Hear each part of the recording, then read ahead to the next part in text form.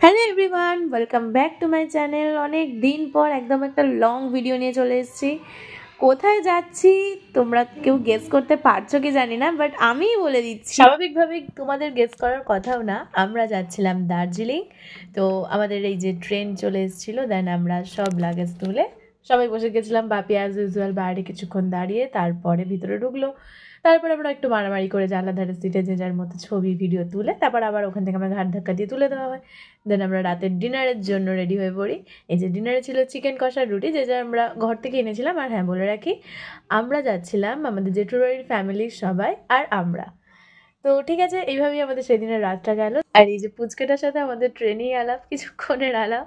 তো next morning আমরা সকালেই জলপাইগুড়িতে নামতাম। ওই টাইম তাও 9:20 থেকে 25-এর মধ্যে।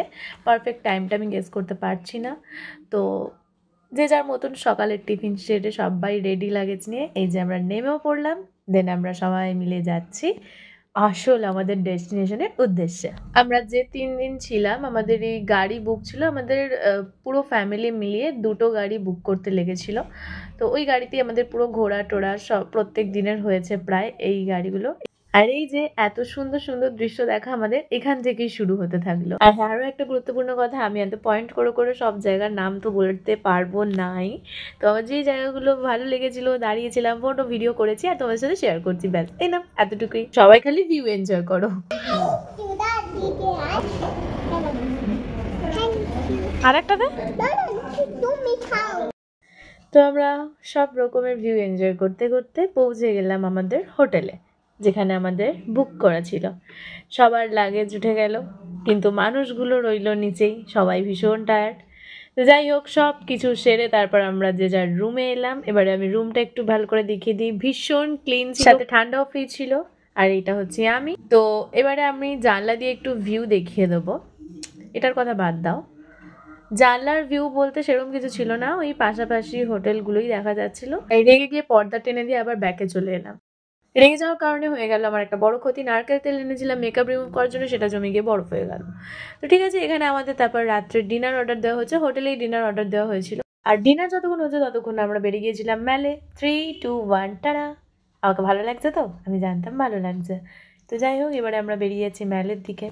আরে কিছু নাই কিনি, কিন্তু স্টাইল মারতে ক্ষতি কোথায়। বাইরে আমরা ঠান্ডায় কাঁপতে কাঁপতে বেরিয়ে গেলাম। নামতে তো কোনো কষ্ট হয়নি ঠিকই, কিন্তু উঠতে প্রচুর কষ্ট হয়েছিল। কারণ তোমরা সবাই বুঝতে পারছো, সোজা রাস্তা তো খুঁজেই পাওয়া যায়নি।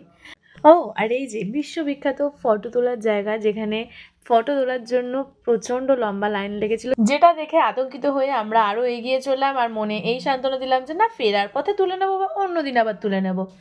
তো এটা হচ্ছে যে সেই ম্যাল, যেটা একটুখানি এদিক ওদিক দেখে আমরা তারপর চলে গেলাম আশেপাশের দোকানগুলোতে। সেগুলো একটু ঢুকে ঘুরে ঘুরে দেখলাম।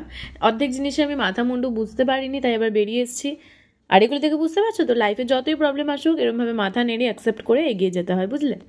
তো আমি ভীষণ জ্ঞান দিয়ে ফেলেছি। আর এখানে উদ্ভট মুখ করে আমি ধোঁয়া বের করার চেষ্টা করছিলাম, কিন্তু ডিসগাস্টিং ক্যামেরা সেটা ক্যাপচার করতে পারেনি। যাই হোক, আমরা আবার ফিরে যাচ্ছিলাম হোটেলের দিকে। যেতে যেতে হঠাৎ আবার এই সোয়েটারের দোকানে চোখ পড়ায়, ঢুকে যাই। ঢুকে আবার কিছু না কিনে আমরা আবারও চলে যাই হোটেলের দিকে। তো এই যে আমরা হাঁটতে হাঁটতে হোটেলের দিকে চলেও এলাম।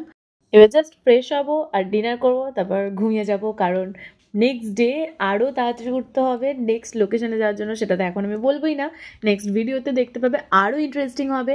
আর সব মিলিয়ে আজকের দিনটাও খুব সুন্দর কেটেছিল, কারণ প্রথম থেকে শুরু করে ভিউ, ম্যাল, দার্জিলিংয়ে স্টে করা, সব কিছুটা মিলিয়ে ওয়াও কেটেছিল।